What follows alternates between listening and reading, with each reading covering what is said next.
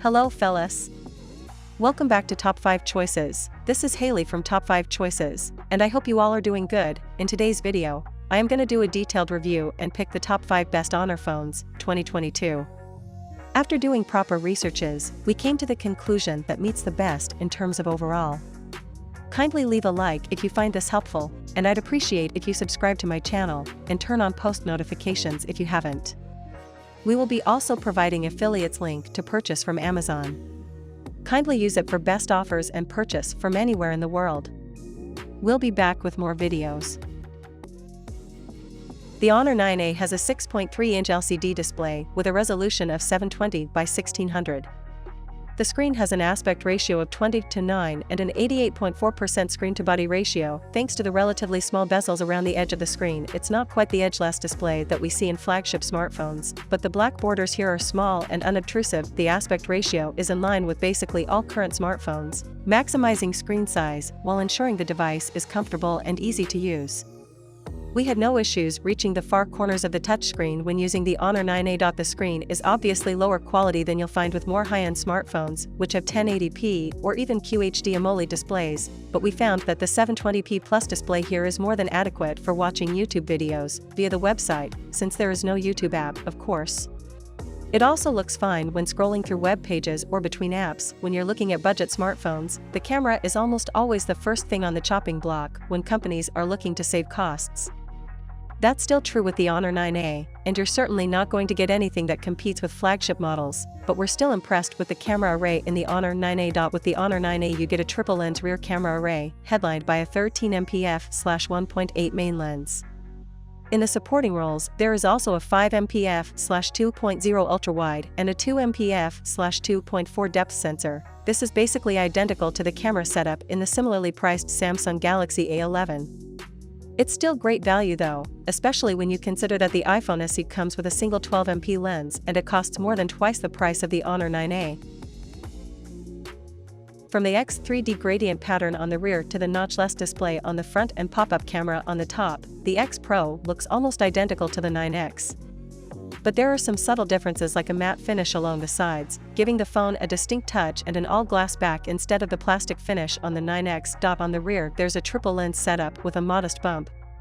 The fingerprint scanner has moved to the side underneath a pair of tactile volume buttons and doubles as a power button. The scanner's convenient location makes quick work of unlocking the phone while preventing accidental input. The top houses the phone's hybrid SIM tray and one of the phone's coolest features, a pop-up selfie camera that rolls out when the front-facing snapper is engaged. It takes a couple of seconds to wheel out, meaning no impromptu selfies, but feels durable and sturdy enough to last a good while.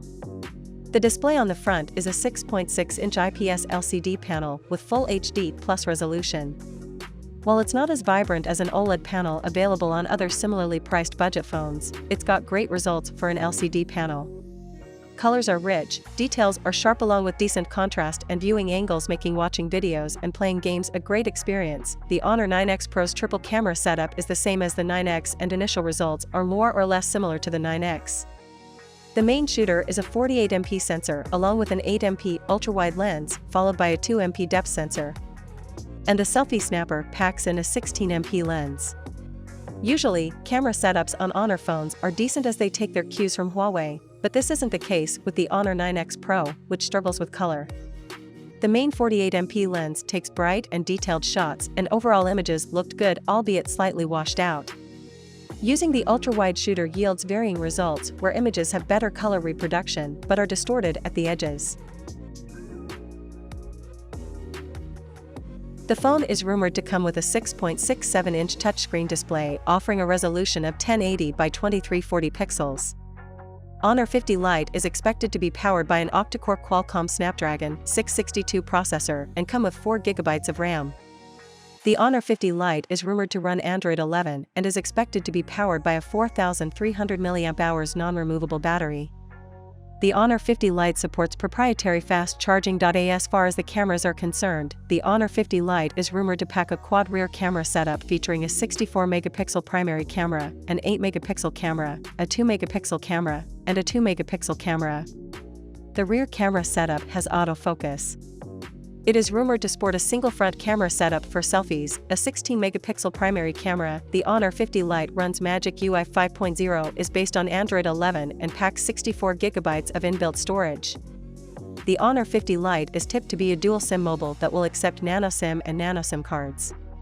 It bears a glass body. Connectivity options on the Honor 50 Lite are said to include Wi-Fi, GPS, Bluetooth V5.00, NFC, and USB Type-C. Sensors on the phone are rumored to include fingerprint sensor.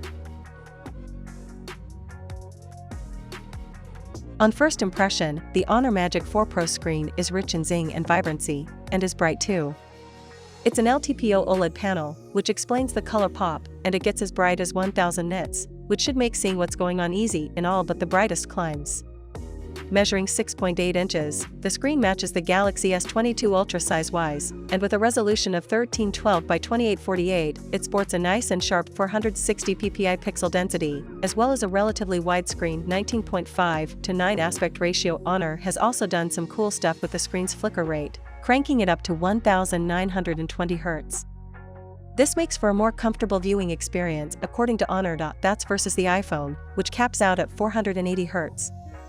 In the flesh, of course, we couldn't tell the difference when holding the phone side by side, but when filming the Magic 4 Pro, it didn't display as much banding as an iPhone. On the back of the phone, housed in that attention-grabbing ring, are 4 cameras. The telephoto periscope camera sits in the center with its 64MP resolution, f/3.5 aperture and 90mm focal length, taking its zoom range to around 3.5 times that of the primary camera's focal length. As with the Oppo Find X5 Pro, the wide and ultra-wide cameras are both 50MP, but unlike Oppo's latest flagship, the wide camera of the Honor Magic 4 Pro sports a far superior sensor with its larger size, a wider aperture of f/1.8, and superior autofocus. The fourth camera around the back is a time-of-flight depth sensor, while on the front are 2 selfie cameras, a 12MP ultra-wide with a 100-degree field of view, and another time-of-flight depth sensor. Given the telephoto camera's optical zoom combined with its 64MP high-resolution sensor, Honor claims the Magic 4 Pro is actually a great digital zoomer too, reaching ranges of 100 times zoom, though in our brief tests, that's pushing it. 30 to 40 times zoom is probably where you'll want to draw the line. With a Snapdragon 8 Gen 1 chipset and either 8GB or 12GB of RAM, the Honor Magic 4 Pro goes toe-to-toe with the latest from Oppo, Realme, Samsung, and Xiaomi. Honor has also added its special sauce for better gaming, GPU Turbo, which it claims boosts performance.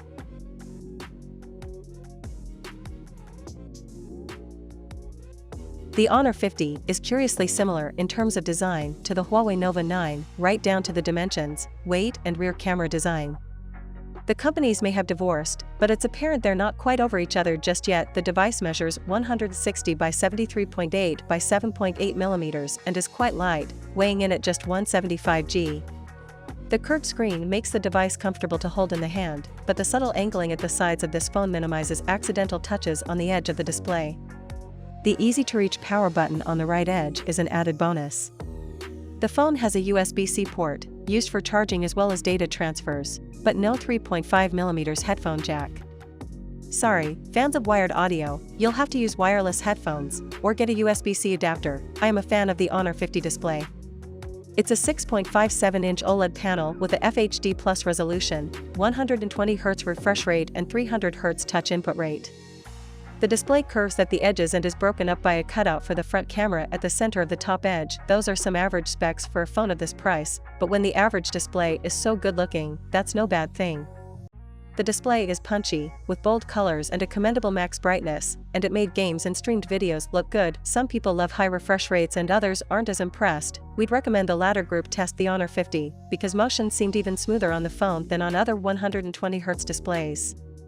It seems the software animation in the user interface was designed to complement this high rate. The main snapper has a 108MP sensor, and takes photos using 9:1 pixel binning, which means the camera combines every 9 pixels into one giant one. This enables the sensor to see lots of light, and produces final images that are 12MP.